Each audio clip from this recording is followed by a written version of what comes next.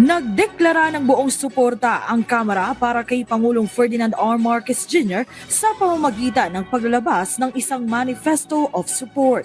Kagabi, personal na ibinigay ng mga kongresista ang manifesto sa presidente sa isang Christmas fellowship sa Malacanang. Sa ilalim nito, naghayag ng 5 pangako ang mga mambabatas. Kabilang na riyan ang pagtatanggol sa presidente bilang simbolo ng soberenya ng bansa, pagpapanatili ng rule of law at democratic governance, pagbibigay proteksyon sa bansa mula sa mga internal at external threat, pagsusulong ng pagkakaisa at pagtitiyak na palaging nananaig ang mandato ng presidente. Nilagdaan ang manifesto ng mga leader ng Kamara sa pangunguna ni House Speaker Martin Romualdez, gayon din ang mga political party leader mula sa mababang kapulungan.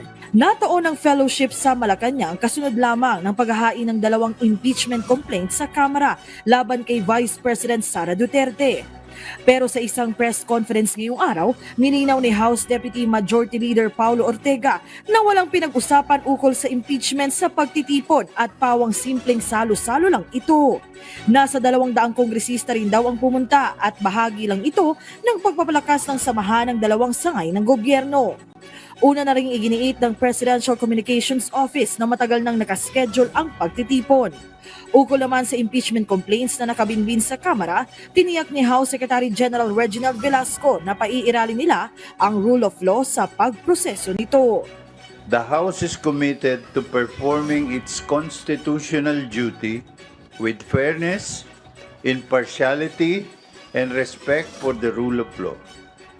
We assure the public that this process will be conducted with integrity, guided by the principles of due process and adherence to the Constitution.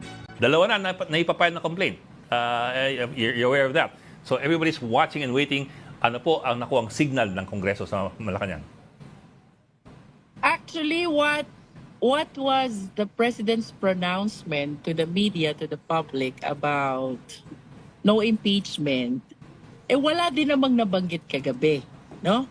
As a matter of fact, politically, hindi significant yung naging what you call fellowship, except that we presented the resolution manifesting our support to the leadership of His Excellency President Bongbong Marcos. No? As a matter of fact, I do not intend to disclose really what happened last night kasi it's not political. It is just the usual visit to the President. And in time for Christmas, bumati po tayo, and some of us rendered a Christmas song. Oh. And then we presented the resolution that we are manifesting our support. No discussion at all about the impeachment. As a matter of fact, most of us were anticipating really that somehow the president will make some pronouncement or guidance perhaps as to the 2 impeachment complaints which are pending already in the House of Representatives. But apparently wala eh. Walang discussion at all.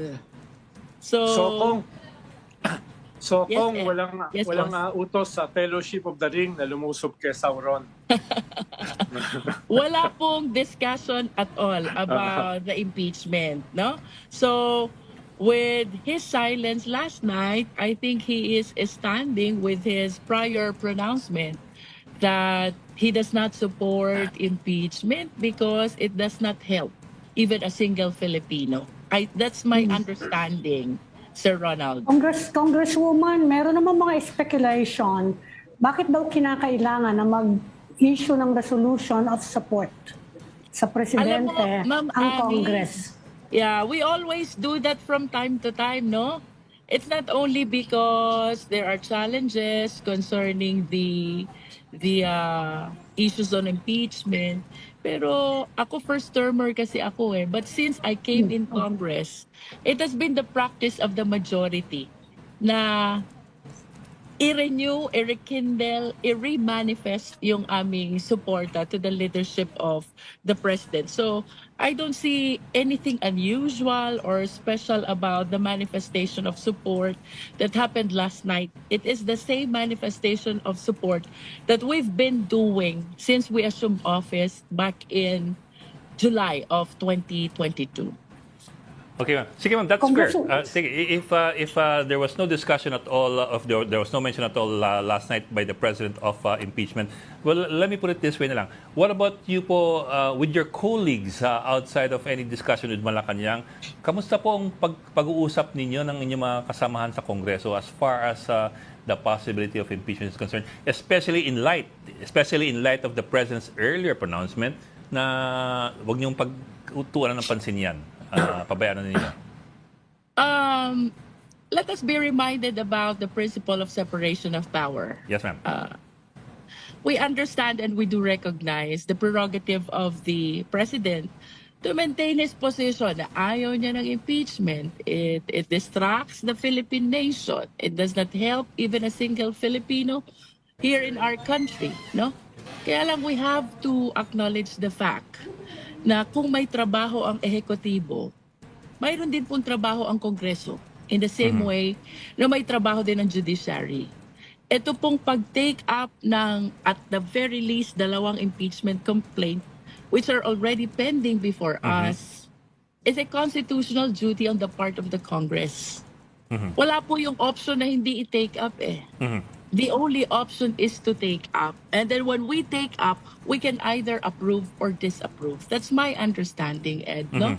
So, I believe na ganito rin po ang understanding ng ating mga colleagues, especially yung mga kasama ko sa Committee on Justice and even my chairman in the Quadcom. Kahapon po, I had the chance na makausap itong mga chairman ko sa Quadcom and we are raising questions. Ano na bang gagawin natin dito? But at the end of the day, isa lang yung conclusion namin lahat. We have a work to do and that is to take up the impeachment complaints. That is the constitutional duty. Whether we approve or we disapprove, that is a separate and a different matter which will happen first sa Committee on Justice and after which sa plenary. No? Yes, ma'am.